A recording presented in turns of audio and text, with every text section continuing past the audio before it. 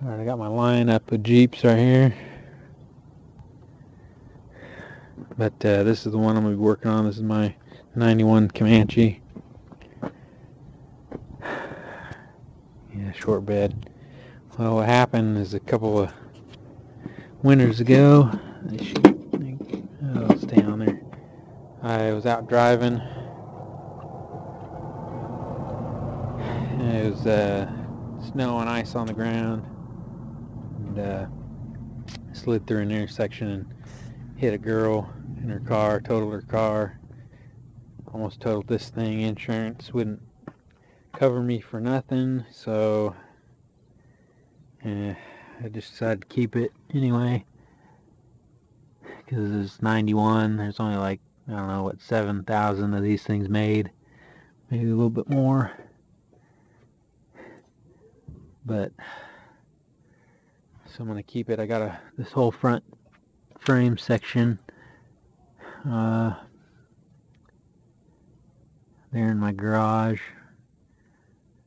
Hopefully, I don't know, it's kind of bent right there. I might have to cut all the way back up into here, who knows.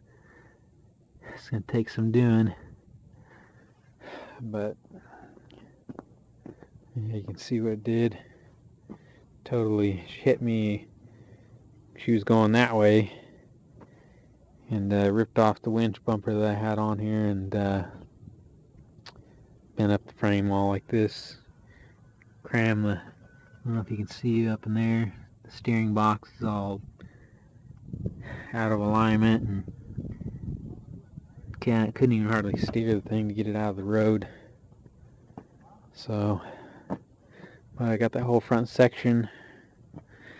I'm just gonna tear off all this part of the frame, pull the shocks. I already have the axle out. I'm not gonna do a video on, didn't want to do a video on pulling it out, because there's tons of videos all over YouTube doing that for these Jeeps. So yeah, so that's what I'm gonna be doing. Fun. That's probably what I'll do. Yeah, pop the shocks off. Like I said, I'll probably cut it off back up in here. Find these spot welds on the center part of this fender. Drill through them. Pull the fender out. We'll see. Get this thing back on the road. Should be fine. Should take my time, get it done right. Shouldn't be a problem. So, yeah. Should be alright. Thing's greasy, but we'll get her done.